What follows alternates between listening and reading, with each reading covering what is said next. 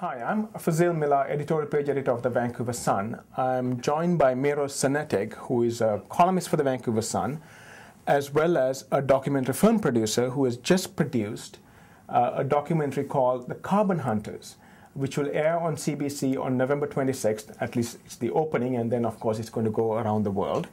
And we have Copenhagen, the summit coming up as to what to do about climate change in the post-Kyoto world as it went past 2012.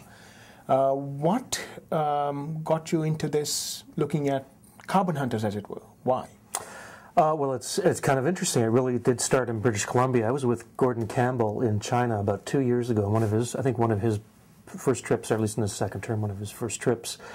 And it was the beginning, I think, when he started thinking about his kind of green agenda and getting involved in the climate change agenda and cap and trade and carbon taxing. And as I did that, I kind of built up a little bit of knowledge on that. And I was at a conference called the Globe Foundation, which is also Vancouver-based. And I was asked to talk about what I knew about what British Columbia was doing. Right.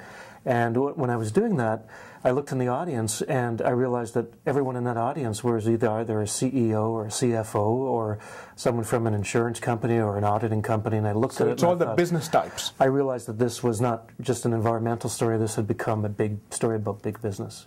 Right. Can you briefly explain what, you say carbon hunters, explain what cap and trade is and how it works and how people hope to capitalize on it? I mean, where is the money? And also, how would it actually help reduce greenhouse gas emissions? Yeah, a lot of questions in there, Fazil. Right. But I mean, the way it is, basically a carbon hunter, and I chose to call them carbon hunters because you have this new breed of entrepreneur that's going around the world, in British Columbia, in Canada, in Brazil, everywhere.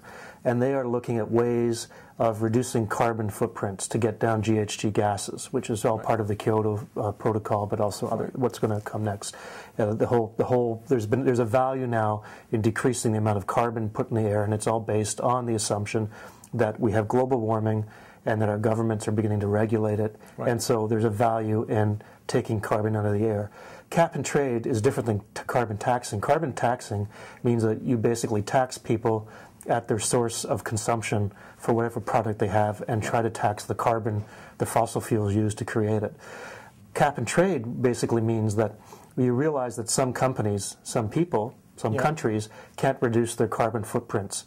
So you put a price on that and you say, well, you can continue to pollute if you're an oil company or you're a utility above a certain cap.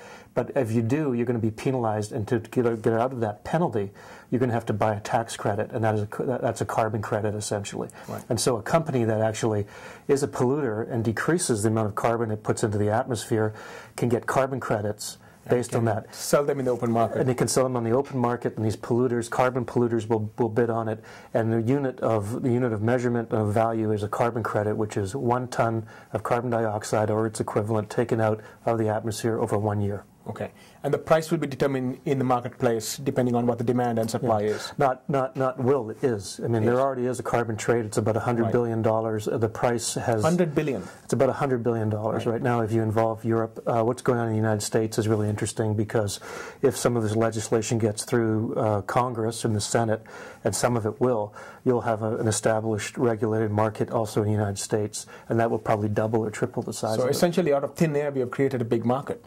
We have, and it's hard to get your head around, but we always do that. What is the value of gold? I mean, what is the utility of gold? Gold is worth a value, not because of jewelry. It has a value because we say it is economic stability. It has basically a monetary value, and it's an insurance value. And that's what's happening with carbon. Our governments, like it or not, have said that their carbon credits have a value, and we already have an economy.